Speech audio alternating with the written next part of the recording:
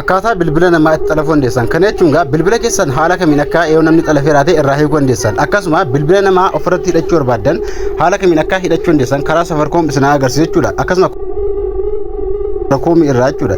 Bilbila namaa ofirratti hidhachuu nama isin heeyyame jechuudha. Akkasuma namoota isin faqqade yookaan immoo bilbila lama yoo qabaattan walirratti hidhuu bilbila hiitan sana immoo hiikuu haala kamiin akka dandeessanu isin agarsiisa jechuudha. Kanagaa waan gaarii fi keessatti fayyadamtanu akkasuma yookaan bilbila namaa xalafaa jechuudha fi miti keessin of eeggachuu qabdan bilbila namaa takka xalafaa jechuu osoo hin taane beekuudhaaf koodii kana akkasuma bilbila lama yoo qabaatte illee akkasitti fayyadamtanu fan isin agarsiisuu deema.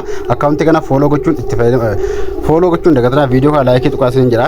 Kana gochuudhaaf bakka dawalaa kana seenuudhaan maal gootu bilbila kan keessan kan namaa irratti yookaan immoo bilbila lama yoo qabaattan irratti dhufuudha bilbila hidhachuu barbaadan sana irra dhaquudhaan koodii kaanii galchitu hurjii isaa lama galchuudhaan digdamii takka jechuudhaan eega hurjii galchitanii lakkoofsa bilbilaa keessanii ni galchitu. Bilbila kun lakkoofsuun kan ammoo qabu lakkoofsa hidhachuu barbaadan sana yookaan immoo lakkoofsa bilbila abbaa hidhachuu barbaadan yookaan bilbilaan keessan hordofuu barbaadan sana asirra naquudhaan dhumarra masraalii kaa'uudhaan itti dawwaltu jechuudha. Kana jechuun kana booda lakkoofsa bilbilaa keessan irratti ni hidhama. Lakkoofsi isin naqxan lakkoofsa keessanidha. Garuu bilbilichi ka abbaa hidhachuu barbaadaniiti. Irraa hiikuu barbaadan masraalii lama kaa'uudhaan digdamii takka jechuudhaan dhumarra masraalii kaa'uudhaan itti dawwaltu jechuudha. Kana yogguu itti dawwaltanu irraa isinii ba'a kaamma hitanii kaatan irraa hiikamaa jechuudha. Haala kanaan irraa hiikamaa haala kanaan itti fayyadamuu dandeessu. Koodii haalaman haala kanaan itti fayyadamaa isin jedha.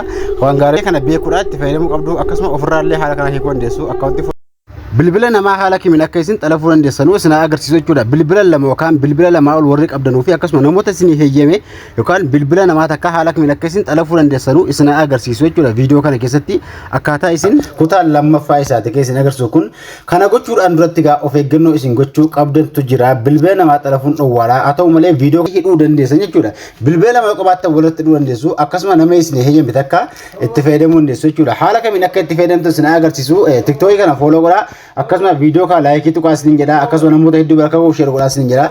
Kana gochuudhaaf bakka dawwalaa bakka ittiin bilbilatan fooyin battan eega seentanii bilbila keessa bilbila namicha hidhachuu barbaadan irratti dhaquudhaan lakkoofsa isin kana barreessitu jechuudha. Bilbila nama sanaa ta'uu qaba garuu kun kan itti danda'amu karaa Android yookaan lakkoofsa fooyin bakka dawwalaa fayyadamuudhaan waan ta'eef kana eega naqxanii booda bilbila bichaara lakkoofsa keessan naquudhaan eega lakkoofsa keessan naqxanii kaatanii dhumarra masraalii gochuudhaan itti dawwaltu kana booda hidhamee jira jechuudha. Kanaafuu haala kanaan lakkoofsa kana keessan qabdan lakkoofsa bilbila bichaa ta'uu qaba.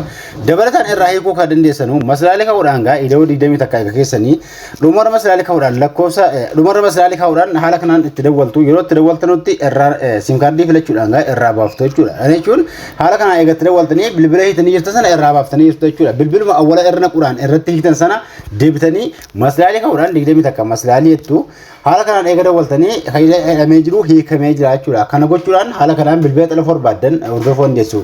Kana malee gaafii biraa qabaattan komentii irratti naquunnamuu dandeessu yookaan komentii irratti na barreessaa isin jedha. Viidiyoo kana namoota hedduu bira akka ga'uuf laayikii akka isin tuqxanu isin gaafadha. Akkasuma viidiyoo kana favoriit gochuudhaan namoota 5 share gochuu akka isin share gootan isin gaafadha. Nagaan tura.